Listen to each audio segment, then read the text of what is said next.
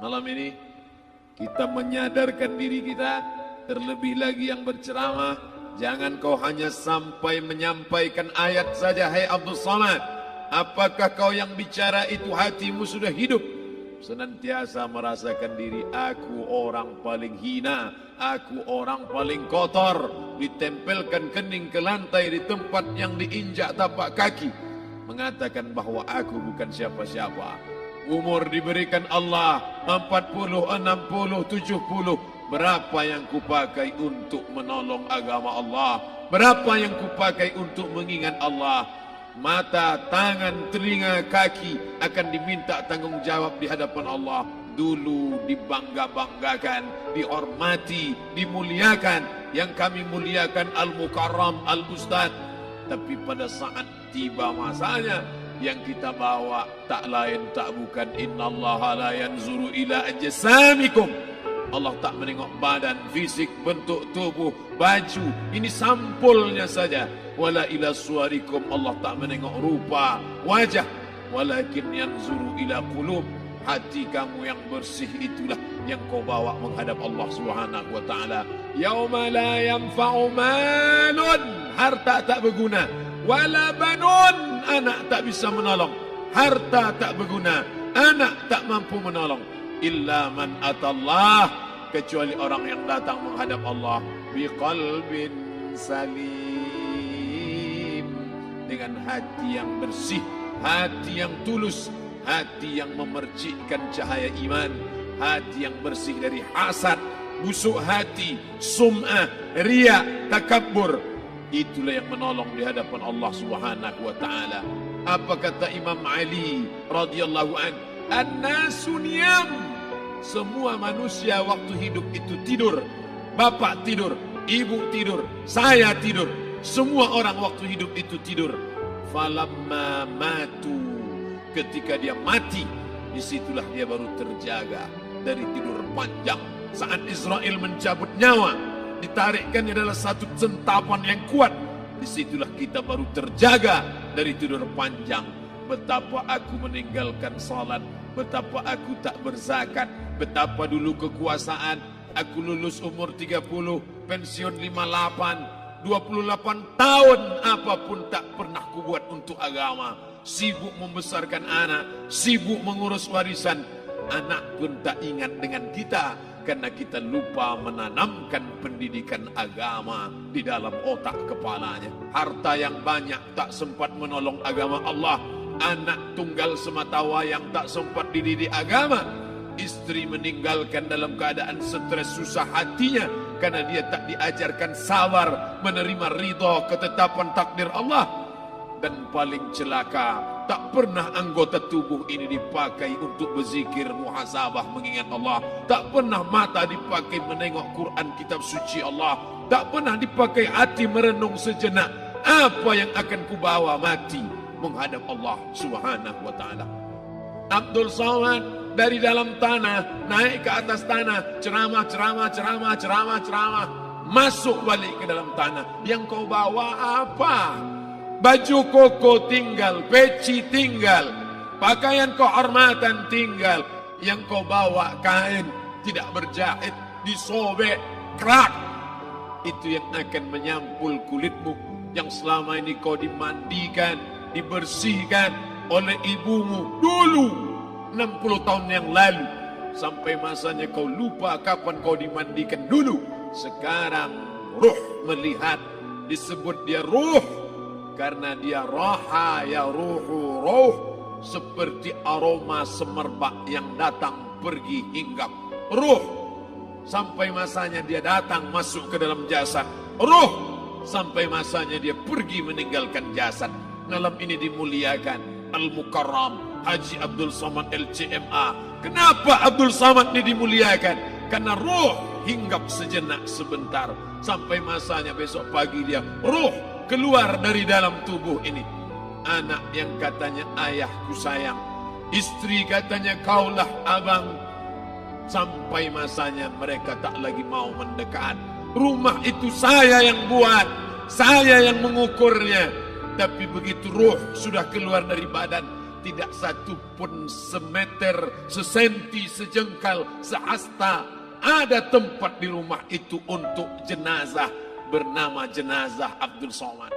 Mana kawan, sahabat, andai tolan, anak menantu, teman sekantor, semuanya pergi meninggalkan. Yang tetap dibawa, kalau pernah kaki melangkah salat berjamaah di masjid, kalau pernah tangan mengusap kepala anak yatim, kalau pernah tangan mengucap subhanallah.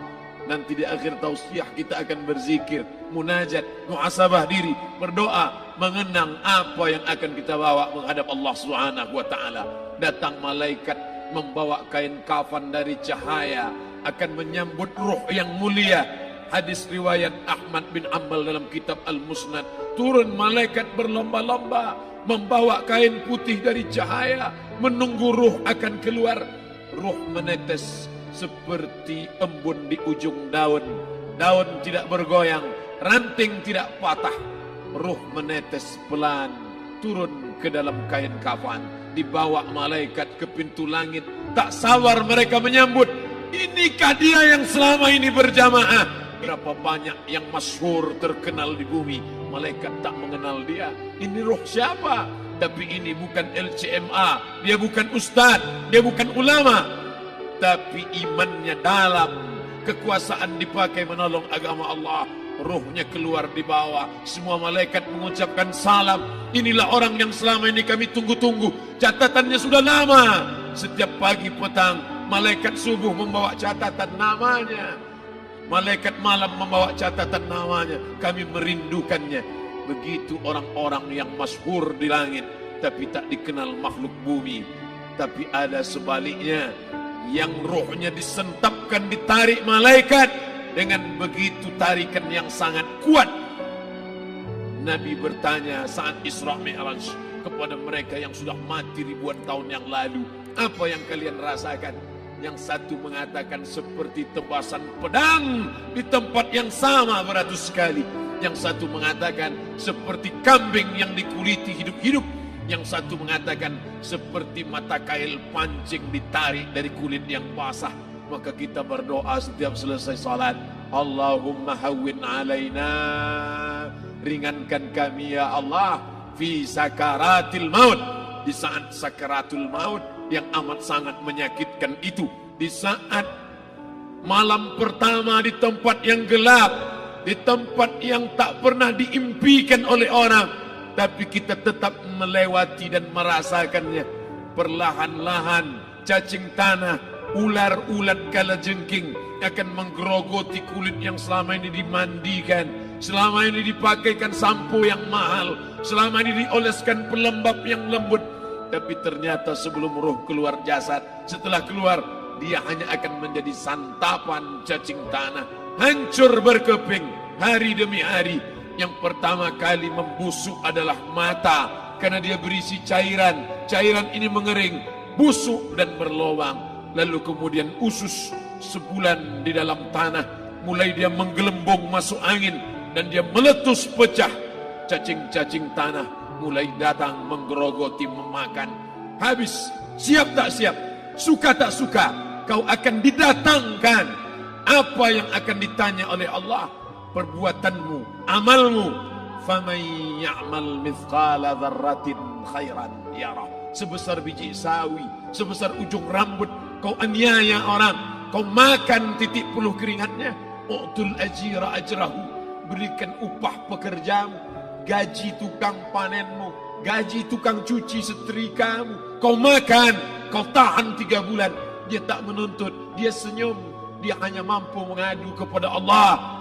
Tapi titik peluhnya yang keringatnya, air matanya akan kau balas di hadapan Allah Subhanahu wa taala. Di saat itu tak ada siapa bisa menolong. Hari ini uangmu banyak, kau bayar pengacara handal 1 jam 100 juta, bebas tanpa syarat.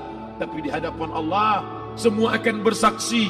Al-yawma nakhtimu ala, lidah yang selama ini pandai bicara dikunci, ditutup Allah Ta'ala yang akan bicara. Wa tukallimuna aydihim wa tashhadu arjuluhum, kaki akan bersaksi, tangan akan bicara. Bima kanu yaksibun, yang pernah dilakukan di masa yang lalu. Mata melihat seolah-olah nyata perbuatan itu pernah dilakukan dulu. Kita lupa, kita tak ingat. Tapi catatan malaikat terlalu terang benderang. Wa in kullun lamma jami'ul ladaina muhdarun. Catatan dibaca sampai-sampai orang itu tak percaya. Ma li hadzal kitab, kenapa buku catatan saya ini la yughadiru saghiratan, yang kecil-kecil, wala kabiratan, yang besar-besar, ahsaha, semua tercatat dalam buku catatan yang nyata. Dalam surat Al-Isra apa kata Allah? Iqra. Hari ini kalau dikatakan Iqra baca Quran, Iqra baca Yasin, malam Jumat Iqra baca surat Al-Kahfi.